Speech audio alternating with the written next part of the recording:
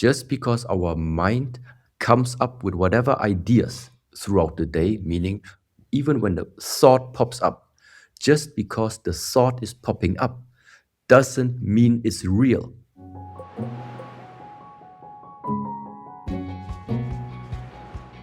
I'd love to know how that, I'm going to call it the Shaolin perspective shift, how that shifting, how that comes into play in the physical practices you do, if it does. So for example, and I have to bring this up, I've seen you do these videos where you crush through a brick with your raw, bare hand. And I don't know if there are other amazing things like that you do in your... Oh, yes. Oh, yes, sure. I'd be curious what they Oh, are. But yes. what's going on in terms, what are you doing internally as you do that act? Now, what was very, very helpful and useful for me when it came to the Shaolin practices is, let me just show you, yeah, then maybe it's Cool. even more easier to understand. So let's just say my teacher in the past would show me, today we are learning a new way of movement. And that movement would be like this. So it's just like you would call it a back fist. Yeah, it's a back fist. So in the very beginning, I would look at my teacher, look at my master, and I would like copy it. So I would literally say, okay, first the arm must go in, then a little bit up, and then out. So, but after some time, when you start to continuously do that one movement all the time, you will realize that it's not thinking anymore. It's not thinking about the movement that does the movement, because it starts to become so natural that you even would say that you are feeling the movement. So it's not that I say, okay, arm in, arm out, arm up. This is just the beginning. But because of the repetitive movement, then something starts to happen where we say the movement and the body become one. If the movement and the body become one, that means you become the movement. In the moment where this like starts to happen, you become the movement. This is the moment where you literally forget about yourself, where you forget about your body. Yeah, and the interesting part is that this is not just happening in the field of martial arts or through the practice of the Shaolin arts. Every time that we are doing something that is always somehow, let's say, monotonous, I think you would call it. Yeah, it's monotonous.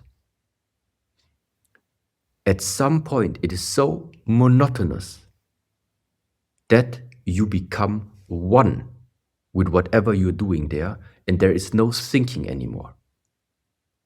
And exactly this part is the very, very helpful area where now somebody is interested in understanding what is this one, becoming one? What's the benefit of becoming one? Well, the benefit of becoming one is, if there's one, that means you're not in the world of two. And the world of two is the world of conflict, because we have two, the world of separation. So, and this is the reason why maybe nowadays many people, once they start to practice the martial arts and start to get a little bit this understanding about that the movement, that you can do something and then you become this movement, why it really calms the whole nervous system and gives you a balance for all other areas in your life where people maybe still feel extremely anxious about or extremely stressed about. Why? Because they are trapped in the body. And so learning through movement, and this is what essentially has been the key or the point that I always try to share with the world.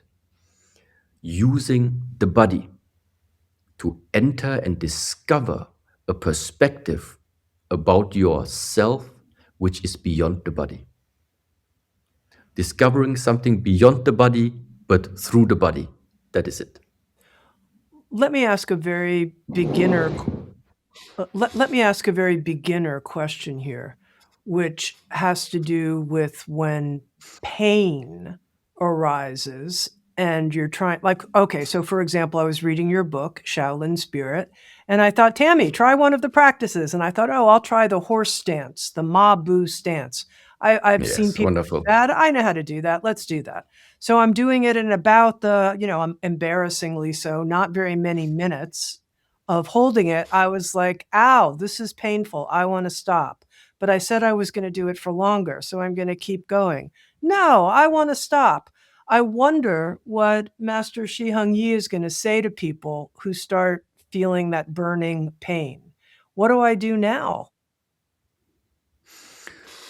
Number one is this is the right chance to literally challenge yourself, meaning just find out for yourself in a, let's say, in a playful way, how much discipline, how much can you handle your mind? Because exactly what you have described, this is the mind talking. Just because the mind is saying something doesn't mean it's right. This is also an essential part to realize. Just because our mind comes up with whatever ideas throughout the day, meaning even when the thought pops up, just because the thought is popping up doesn't mean it's real. It only becomes more real if you start to nourish that thought now even more. And this Mabu exercise is, for example, a very, very good exercise, meaning if we would do this practice together and you would stay in the Mabu, I know what goes on in your mind. Nevertheless, I would try to still encourage you in a nice way for you to actually withstand that temptation of giving up, even if it's only 2 minutes longer than your mind was running already saying, I want to give up. And then you have it right, then you see the truth right in front of your eyes. 2 minutes ago, your mind said, I can't do it anymore. I need to give up. But together with somebody who encouraged you, you still made it 2 minutes longer. So the point is now, first of all, how much truth was it that the mind was saying? There was no truth to it. It is just a question of how much are you able to withstand the pressure of the mind. This is the one area that can be trained with this stance. So it is a mind practice, number one. A second area, this is now maybe you would regard it as a physical feat or a physical ability, but especially when the thighs are starting to burn, which happens in the Mabu very often. Now, another thing that we can practice is to refine ourselves, to become more fine for our own body, and by doing so, releasing actually the tension that you feel is trapped in your thighs. Meaning to practice and release tension from your physical body. This is also a reason to practice this Mabu, for example. I make it now, I exaggerate, but if my shoulders, if I would like sit like this, it's very obvious to you that my shoulders are tense. So you would tell me, relax. Okay, so now they are relaxed again. But this type of relaxation, or let's better call it this type of releasing of the shoulders right now, it's very, very much on the surface level only. So what I'm saying is, even if on the outside it looks like I am released, like I am relaxed in a way, but the question is internally, even until your organ level, how much of this release, internal release, can you sense actually inside of your own body? And this is what also is being practiced by this mabu, by the horse stance, for example, because the thighs, they are really, really tense because of the gravity of the position, the center of gravity of the position, but still, while standing there, we are trying to still release the muscles. So it is also a type of refining the way how you are sensing your own physical body. Refinement on the one side and mind practice on the other side. This is all inside this one practice, the mabu.